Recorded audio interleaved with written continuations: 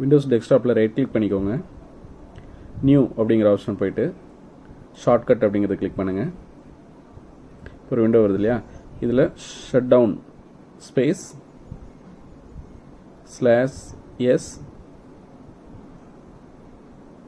/s/t space 1 அப்படின்னு கொடுத்து next கொடுங்க.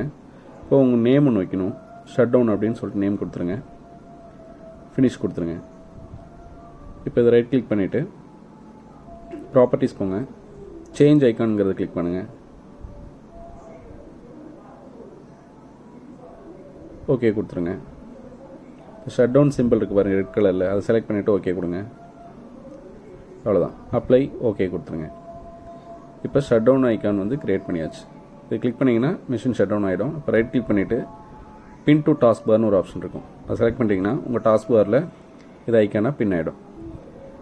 இது கிளிக் பண்ணிங்கன்னா உங்கள் மிஷின் ஷட் டவுன் ஆகிடும். இது வந்து ஈஸி ஷார்ட்கட்.